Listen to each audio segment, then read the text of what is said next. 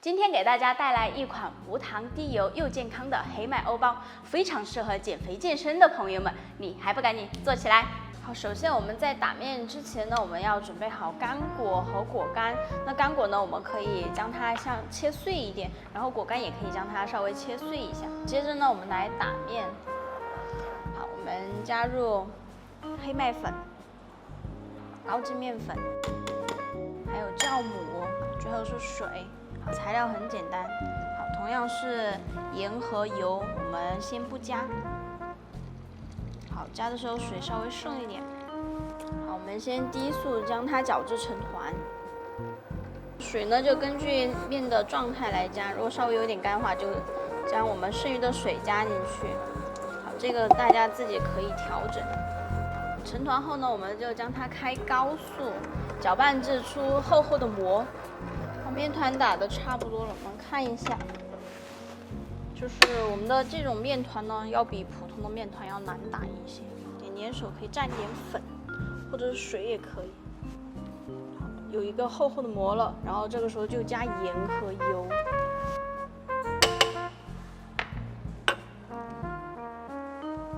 好，我们先开低速，面团将油吸收为止。好，我们的油全部被面团吸收后，然后我们开高速，然后将它打至出手套膜。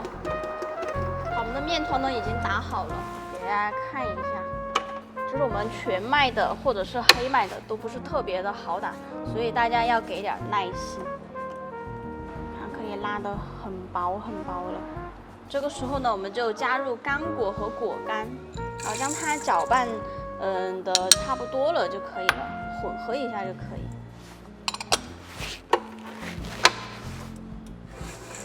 好，搅拌好后啊，我们将它拿出来，它全部都裹好，裹在上面的。好，我们将它稍微整形按压一下，就是尽量光滑，让它表面。好，我们就放在碗里面发酵。我们可以将它直接封上保鲜膜，常温发酵也是可以的，或者放进我们这种发酵箱，或者是带有发酵功能的烤箱里面都可以。那么我们的温度呢，就设置30到32度，湿度呢可以设置70到75度，然后发酵的时间45分钟。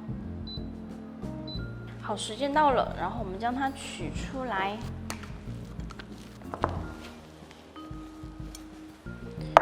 然后底部我们可以在案板上撒一些粉，防止粘连。放在案板上就排气。好，排完气呢，我们继续将它就是往里收，左右两边往里收，然后像叠被子一样叠起来。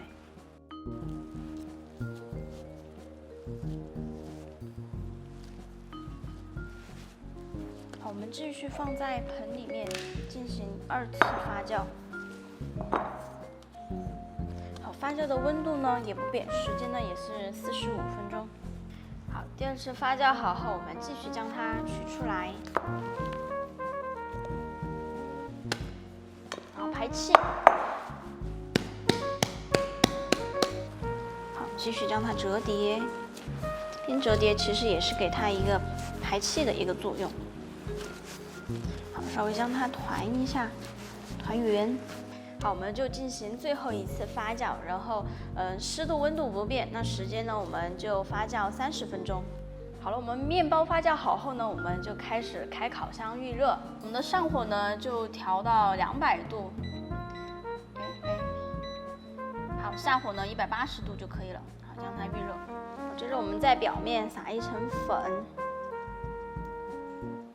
接着我们来割花纹，这个花纹呢根据自己的一个想法去割吧，然后我就随意了。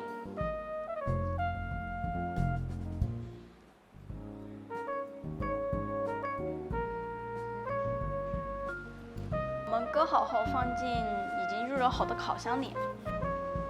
好，我们放进去，可以尽量放到将面团保持中层，然后我们喷水。